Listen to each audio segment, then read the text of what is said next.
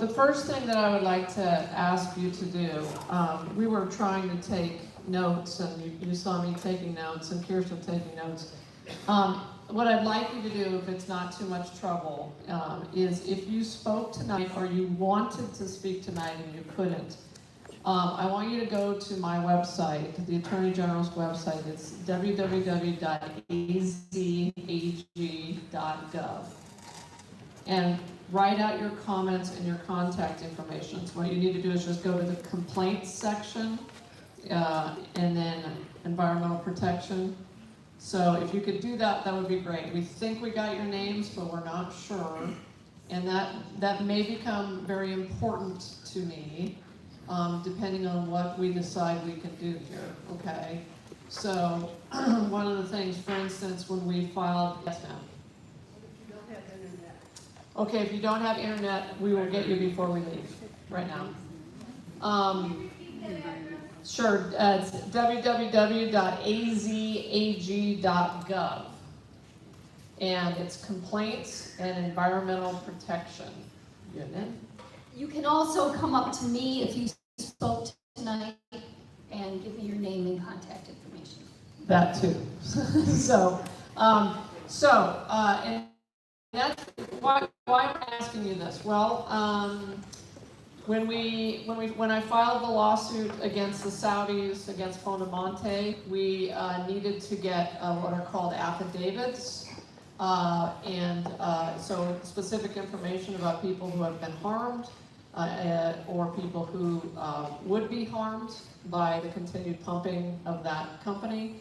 I can tell you I did hold a very similar town hall about the Riverview Dairy over in Pierce, Arizona.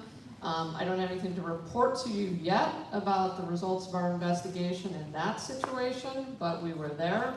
We had 200 people turn out. It was the most emotional. This might be the most emotional town hall. That one, there was a lot of crying actually that happened, I will tell you that, and more tears than I've ever seen in my life at a town hall that I've hosted, and I have hosted literally hundreds of town halls in my time, both as a corporation commissioner and now Attorney General. And this is one of the most impactful that I've ever heard. And so I want you to know that I've heard you. But we need that information from you, and if you're willing to give us your name, your contact information, we will obviously be taking this information back to the office and discussing it internally. You may be hearing from us after this meeting.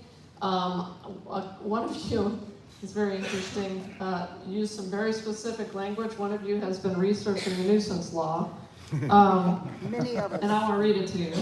So many of you have, okay.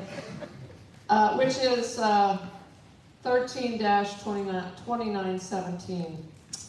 And it states that it is a public nuisance and is no less a nuisance because the extent of the annoyance or damage inflicted is unequal for anything, number one, to be injurious to health, indecent, offensive to the senses, or an obstruction to the free use of property that interferes with the comfortable enjoyment of life or property by an entire community or neighborhood or by a considerable number of persons.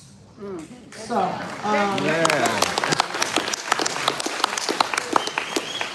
so obviously that's a law that I believe is my job to enforce. It is the law of Arizona. Obviously, so some of you know I've been criticized for enforcing it, but it is the law of the state of Arizona, and I'm going to continue to enforce it where it's applicable.